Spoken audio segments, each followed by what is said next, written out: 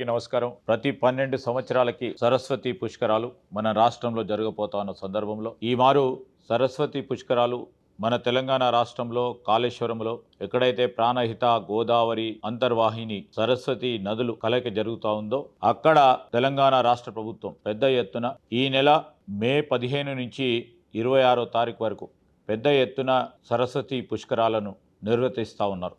దీనికి ఉన్న ప్రత్యేకమైన విశిష్టత గురించి అనేక మంది పెద్దలు కాళేశ్వరంలో జరుగుతూ ఉన్న ఈ సరస్వతి పుష్కరాలకు సంబంధించి పండితులందరూ కూడా ఈ నదిలో ఈ సమయంలో స్నానం చేస్తే ఏ విధమైన విశిష్టత, పుణ్యము అందరికీ రాబోతుందో వారు ప్రత్యేకంగా కూడా తెలియజేయటం జరిగింది. దీన్ని పురస్కరించి లక్షలాది మంది ఈ పుష్కరాలకు రాబోతా ఉన్న సందర్భంలో రాష్ట్ర ప్రభుత్వం అన్ని తీర్ల ఏర్పాట్లు చేస్తూ ఉంది. ఈ ఏర్పాట్లకు సంబంధించి మొదటగా అక్కడ ఉన్న వసతుల విషయంలో కానీ దాంతోపాటు ప్రత్యేకంగా మొట్టమొదటిసారి తెలంగాణ రాష్ట్ర ప్రభుత్వం ఒక టెంట్ సిటీని ఏర్పాటు చేయాలని సంకల్పన చేసి అక్కడ టెంట్ సిటీ కూడా దాదాపు 50 టెంట్లతో కూడుకున్న టెంట్ సిటీని ఏర్పాటు చేయబోతా ఉన్నాం. దేవాదాయ ధర్మశాఖ మంత్రి గారు కొండ సురేఖ గారి ఆధ్వర్యంలో, మరి ముఖ్యమంత్రి గారు రేవంత్ రెడ్డి గారి ఆధ్వర్యంలో ఈ టెంట్ సిటీ మొట్టమొదటిసారిగా మన తెలంగాణ రాష్ట్రంలో జరుగుతూ ఉన్న ఈ గొప్ప పుష్కరాలకు సంబంధించిన ఏర్పాట్లో ప్రధానంగా ముందుకు తీసుకెళ్తూ మరొక ప్రధానమైన అంశం, ఈ రాష్ట్రంలో మొట్టమొదటిసారి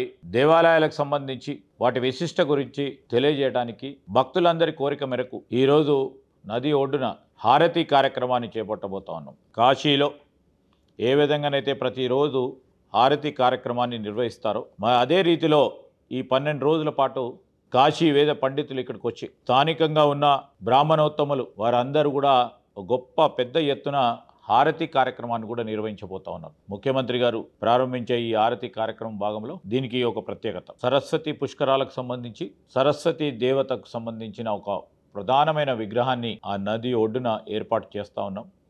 ఆ విగ్రహ ఆవిష్కరణ కూడా గౌరవ ముఖ్యమంత్రి గారి చేతుల మీదుగా మేము ఆవిష్కరణ చేయబోతా ఉన్నాం.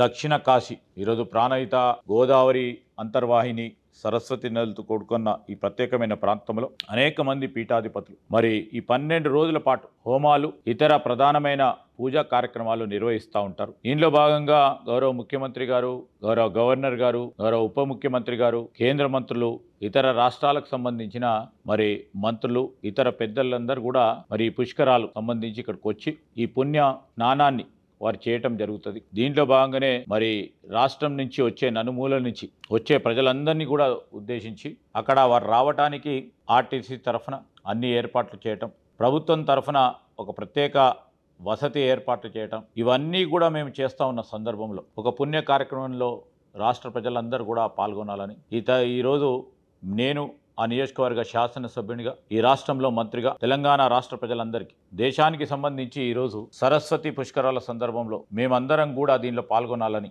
ఆలోచన చేస్తూ ఉన్న భక్తులందరికీ మేము మనవి చేస్తూ ఉన్నాం. ఈ రాష్ట్ర ప్రభుత్వం తరఫున మీరు కూడా రండి, తరలి రండి, ఈ పుణ్య కార్యక్రమంలో పాల్గొనాలని మీ అందరికీ కూడా మనవి చేస్తూ ఉన్నాం. నమస్కారం.